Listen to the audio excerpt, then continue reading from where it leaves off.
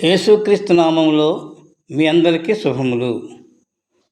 ఈరోజు లూకా సువార్త నుండి ప్రశ్నలు మరియు జవాబులు తెలుసుకుందాం.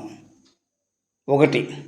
యేసు నజరేతులో వాడుక చొప్పున విశ్రాంతి దినమున ఎక్కడికి వెళ్ళేవాడు? యేసు నజరేతులో వాడుక చొప్పున విశ్రాంతి దినమున సమాజ మందిరంలోనికి వెళ్ళేవాడు. 2. విశ్రాంతి దినమున సమాజ మందిరంలో యేసు చదువుటకు ఏ గ్రంథము ఇవ్వబడెను? జవాబు: విశ్రాంతి దినమున సమాజ మందిరంలో యేసు చదువుటకు ప్రవక్త అయిన యెషయా గ్రంథము ఇవ్వబడెను. 3. యేసు చదువుటకు యెషయా గ్రంథము విప్పినప్పుడు వచ్చిన వాక్యమేది?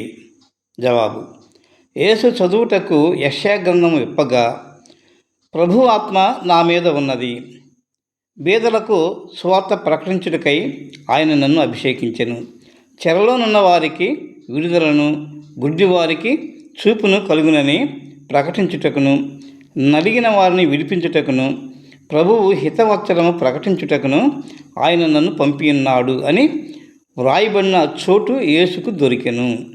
4. యేసు చదివిన యెషయా గ్రంథము చుట్టి ఎవరికి ఇచ్చెను? యేసు చదివిన యెషయా గ్రంథము చుట్టి పరిచారకునికి ఇచ్చెను. 5. యేసు నజరేతులోని సమాజ మందిరంలోనున్న వారితో ఏమన్నారు?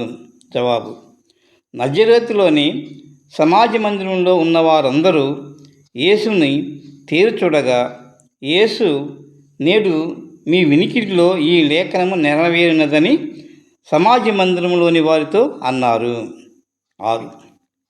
యేసు, నేడు మీ వినికిడిలో ఈ లేఖనము నెరవేరినదని నజరేతులోని సమాజ మందిరంలో వారితో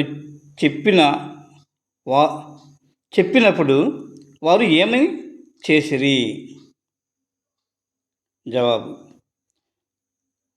నేడు మీ వినికిడిలో ఈ లేఖనము నెరవేరినదని నజరేతులోని సమాజ మందిరంలో గల వారితో యేసు అన్నప్పుడు వారు యేసుని గూర్చి సాక్ష్యమిచ్చిరి. యేసు నోట నుండి వచ్చు దయగల మాటలకు ఆశ్చర్యపడిరి. 7. నజరేతులోని సమాజ మందిరంలోని వారు యేసు నోట నుండి వచ్చు దయగల మాటలు విని వారు ఏమి చెప్పుకొనుచుండిరి? జవాబు: నజరేతులోని సమాజ మందిరము వారు యేసు నోట నుండి వచ్చు దయగల మాటలకు ఆశ్చర్యపోయి, ఈయన యోసేపు కుమారుడు కాడా అని చెప్పుకొనుచుండిరి. ఈ వీడియోపై మీ కామెంట్స్ వ్రాయండి. Thank you.